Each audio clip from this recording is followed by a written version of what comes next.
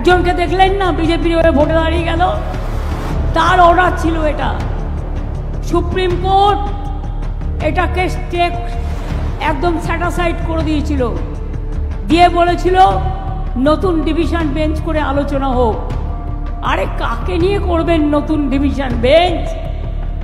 বিচারের বাণী নীরবে নিভৃতে কাঁদে, কতদিন আগে রবীন্দ্রনাথ ঠাকুর লিখেছিলেন।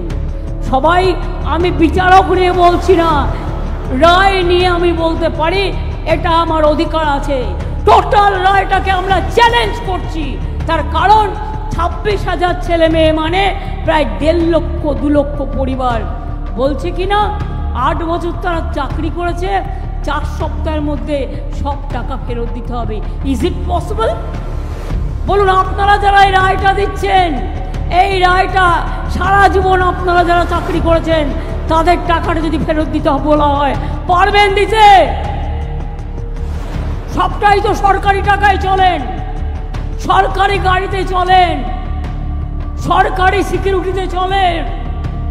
মানুষ আপনাদের সম্মান করে, আমরাও আপনাদের সম্মান করি। মনে রাখবেন, সারা ভারতবর্ষে বেকারের সংখ্যা হু হু করে বাড়ছে, আর আমরা যাদের চাকরি দিচ্ছি আপনারা আপনাদের আইনের খোঁচায়। এই অর্ডারটা বেআইনি অর্ডার, সেই জন্যেই চ্যালেঞ্জ করে বলছি, অর্ডারটাকে আমি জাজকে বলছি না, অর্ডারটাকে বলছি বেআইনি অর্ডার।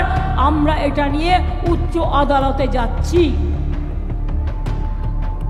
চিন্তা করবেন না শিক্ষক শিক্ষিকারা এবং ছাত্রছাত্রীরা, যখন বিপদে পড়বেন আর কেউ না থাকলেও আমি আছি। আর একটা কথা বলি, আরো 10 লক্ষ চাকরি আমার রেডি হয়ে আছে গভর্নমেন্টে। এই একটা হয়েছে, না মন্দির, না মসজিদ, না গুরুদ্বারা, না গির্জা, একটা বিজেপির বিচারালয়।